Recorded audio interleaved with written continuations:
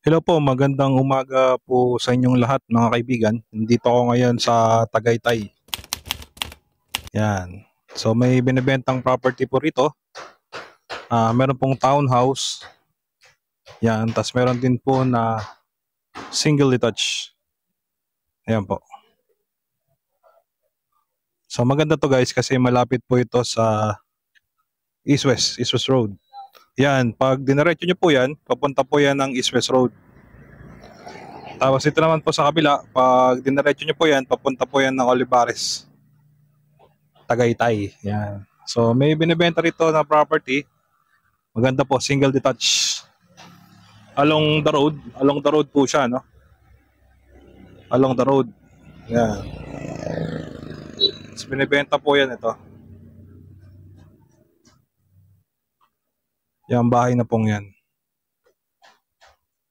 Yan. So, kung naghahanap po kayo ng 2-story single detached, kagaya po nito,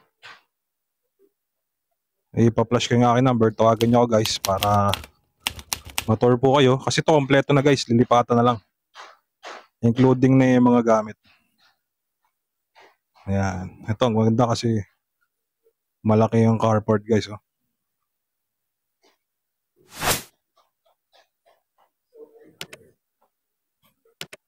Tapos meron na siyang palibot na mga tanim. Ang sabi pa sa amin na may-ari, kasi ang may-ari nito foreigner, 5 months pa lang to na tatayo. So, bagong-bago.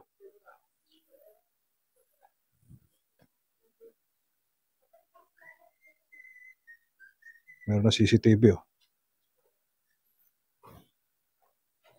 So, meron pang konting space dito guys. Pero maganda kasi may bakod na siya. Oh. Labas mo, highway na. Yan oh. CCTV.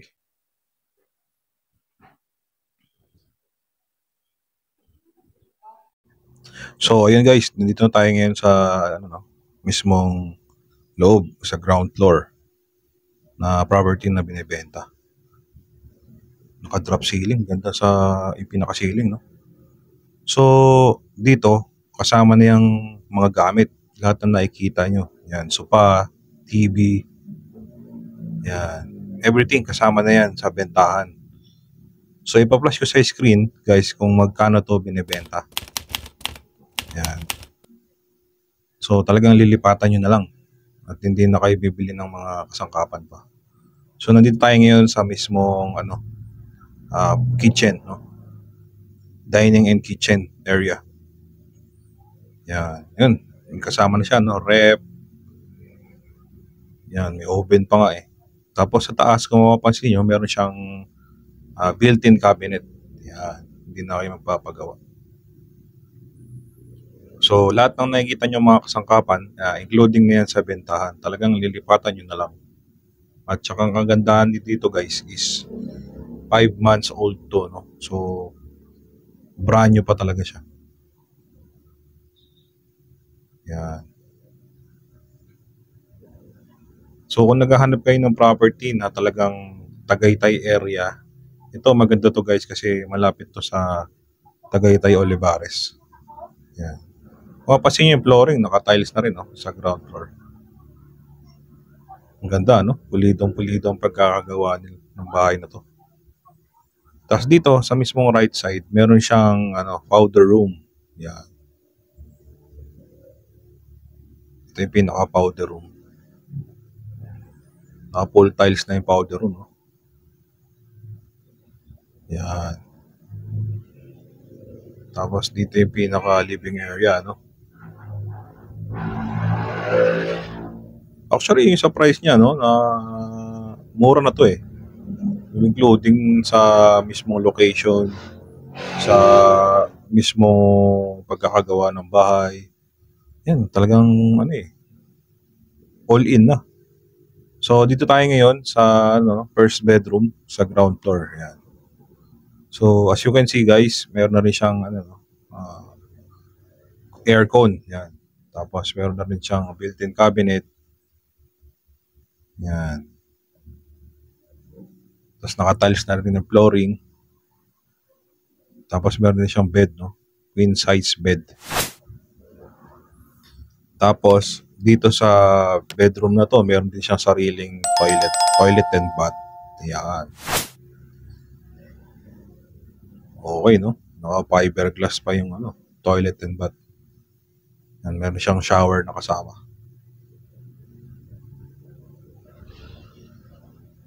Yan. Meron pang heater, no? Heater yung shower.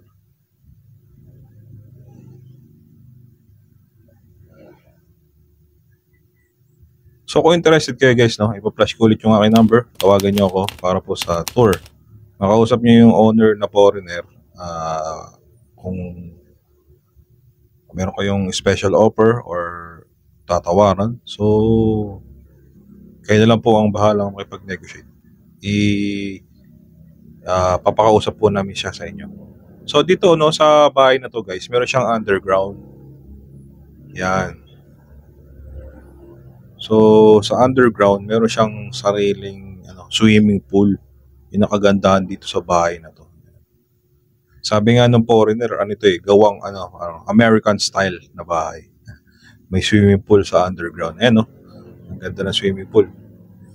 Tapos, meron pang,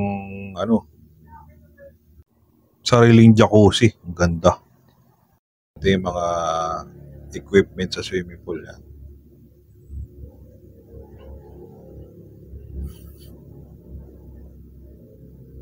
Oh, di ba? Ganda, no? Malaki pa ang space dito sa underground. Yun, no? Malalim na swimming pool na yan. Bagong-bago, no? 5 months old lang yung property nito eh. Tapos dito, meron siyang sariling jacuzzi. Ang ganda niyan, guys. Sobrang ganda. Yan, meron ding sariling kwarto pa rin dito sa underground. No? Ayos, may built-in cabinet, may queen size bed. Yan. Tapos, meron din siyang sariling toilet and bath dito sa underground. Yan. So, i-check nyo guys yung sa may, i-click nyo lang sa more, tapos meron dyan description box down below. I-check nyo yung full detail nito guys, no? Para at least maisa-isa ninyo kung ano yung, makuha nyo yung full detalye ng property ito. Ayan. So, tignan din natin sa kabila kasi magkabilaan yung yung mismong pintuan. Pwede doon ang access, pwede rin naman din dito. Yan, ito yung jacuzzi. Ayos na ayos. Oh. Bagong-bago, guys. Yan. Ayos. Jacuzzi. So, ito yun, oh. Ito yung mismong toilet and bath. Yan. So, sa documents naman nito guys, no? Ito ay clean title. Yan, malinis ang papel nito. Updated ang milyar. Kaya, wala po kayong poproblemahin sa dokumento nito guys. So, ma-assure po sa inyo na talagang pag binili niyo tong property to ay talagang malinis. Yan. Kaya kung naghahanap kayo ng magandang property dito sa Tagaytay, ito. Ideal po ito para sa inyo. Yan. Basta tawagan nyo lang ako. Ipa-flash ko sa screen yung aking number para makausap nyo ng personal yung owner, yung partner. Yan. So, bakit niya daw binibenta to? Dahil nilipat na daw siya. Pupunta na daw siya sa Amerika. Doon na daw siya titira for good. Uwi na daw siya sa kanilang bansa. Yan. Ngayon guys, akit tayo, no? Buwan tayo sa second floor. Yan. Makita nyo, magkaroon kayo ng idea sa property ito. Yan. Fully furnished. 2-story. Single detached dito sa Tagaytay. Tagaytay City. Yan. Kita tayo ngayon sa second floor. So, bakit tayo guys, no? Ganda, di ba? Pulido-pulido ang pagkagawa ng property to. Check natin ngayon.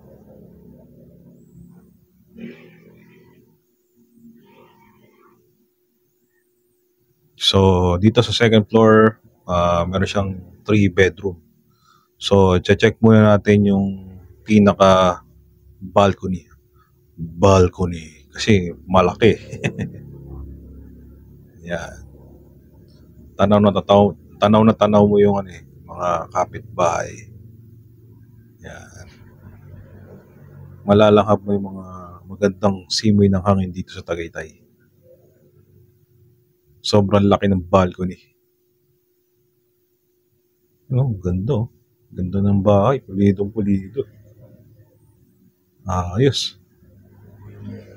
Bagong gawa 5 months lang to guys. So, yan. Check natin yung mga kwarto. Tignan mo yung ilaw. Asian design. Yan. Dito sa left side, yun meron siyang queen size of bed. Yan. Tapos, meron din siyang aircon na brand new. Yan. Tapos meron dito fiberglass na window. Kita mo yung sa labas. Naka-tiles yung flooring. Meron siyang built-in cabinet. Meron din siyang sariling toilet and bath dito sa kwartong to. Ganda bawat kwarto nila meron sariling toilet and bath Yan. May shower tapos may heater. Ayos, panalo yung bahay na to. O kung may pera, ako na bumili nito Ganda. So, sa katabi niya may another na kwarto din. Dito. Yan. Meron din siyang queen size bed. Tapos meron din brand new na aircon. Tapos meron din tong built-in cabinet.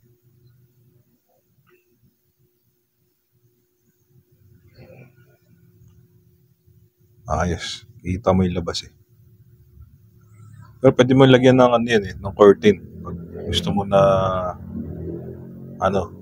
madilim. May mga gustong ganun Yung di sila kita sa loob. Tapos dito mayroon din siya sariling toilet and bath. Yan. Mga full tiles na yung toilet and bath. Tapos meron din siyang sariling shower.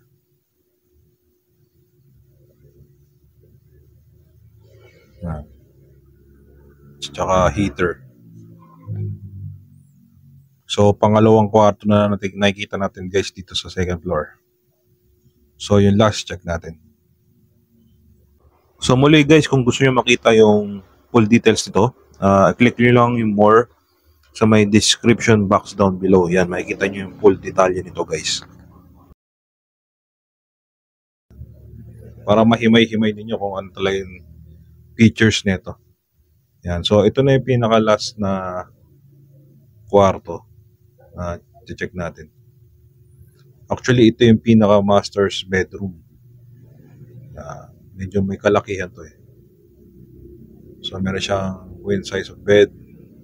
Tapos, meron siyang brand new na aircon. Yan. Tapos, meron siyang fiberglass na window. Ayan. Tapos, doon, may closet doon Naka-tiles na rin yung flooring. Tapos dito meron din siyang sariling, may aircon, brand. Meron siyang sariling toilet and bath din. Yan. Ganda Kasi sa mga ibang bahay na nakita ko, ang may toilet and bath lang yung master's bedroom. Pero itong bahay na to, halos lahat ng kwarto may sariling toilet and bath Oo. Tapos lahat may shower. Ganda. Yan Di ba? Ayos.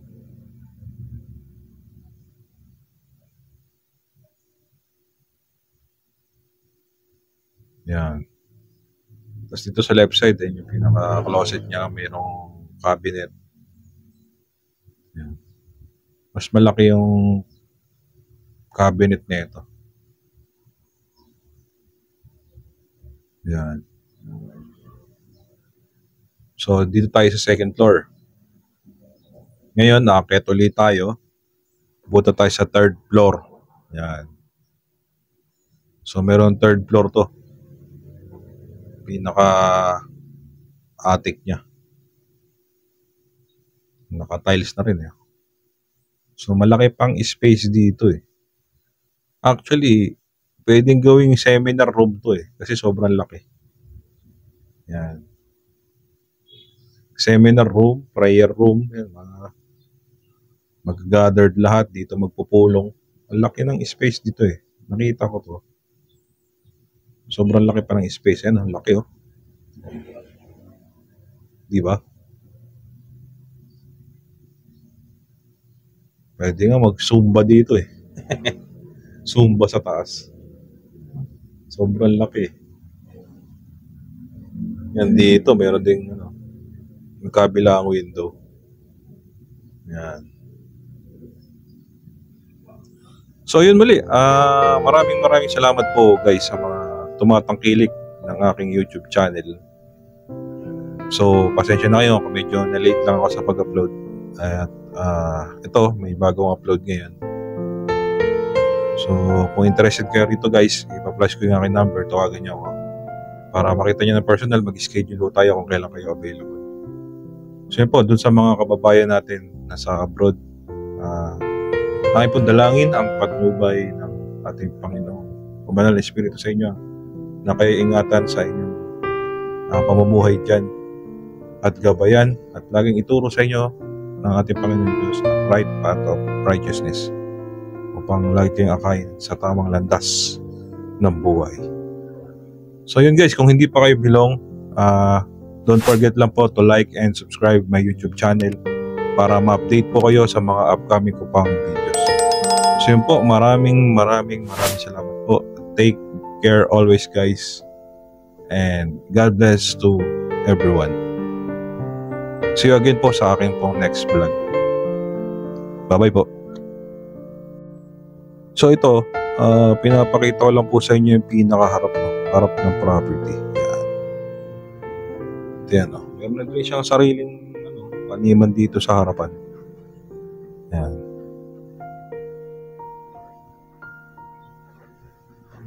So maganda kasi siya along along the road. Yan, paglabas mo kasi kalsada na eh. Tapos ang ganda kasi may access siya kung gusto mong dumiretso papuntang Olivares Tagaytay, may daan dyan.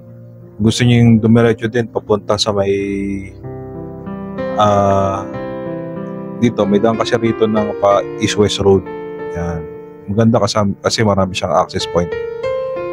So ito yung property na binibenta at kung mapapansin nyo, malaki yung carport niya, no? So talagang maganda yung property to.